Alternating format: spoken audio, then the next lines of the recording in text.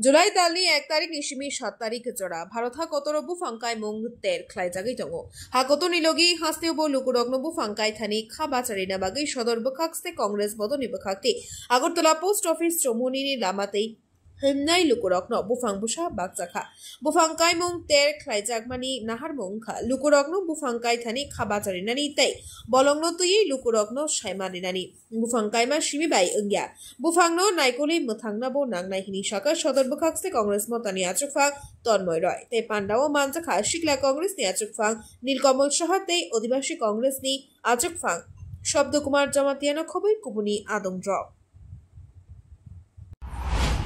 সবাইকে অসংখ্য ধন্যবাদ। আজকে বন মহোৎসব উপলক্ষে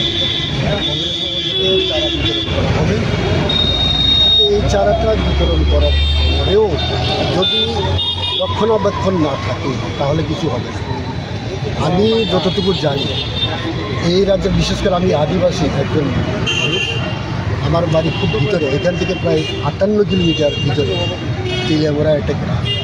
আমি দেখলাম আমি যতটুকু গাছ লাগিয়েছি আমার মনে হয় সরকার সারা রাজ্য বোধহয় এইভাবে লাগায়।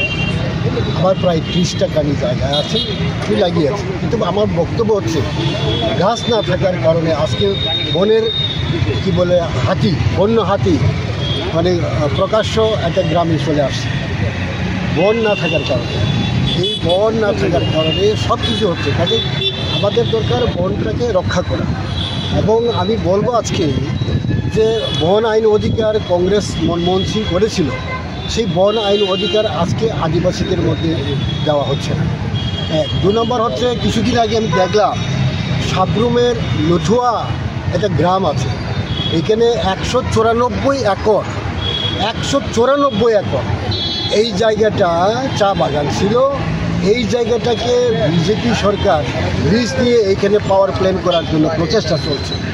আমি জানি না এটা করাটা কতটুকু ভালো হবে।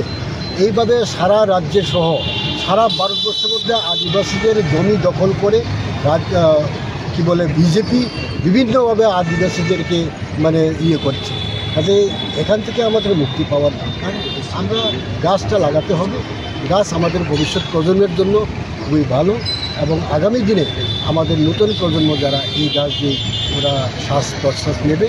আমার দৃঢ় বিশ্বাস যে এই রাজ্যের সরকার বন যেভাবে ধ্বংস হচ্ছে এই দিকে খেয়াল রাখার দরকার।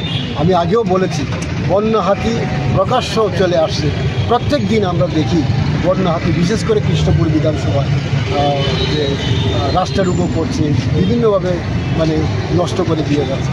এখান থেকে আমাদের রক্ষা করার জন্য একমাত্র গাছ লাগানোই আমাদের। Bureau report.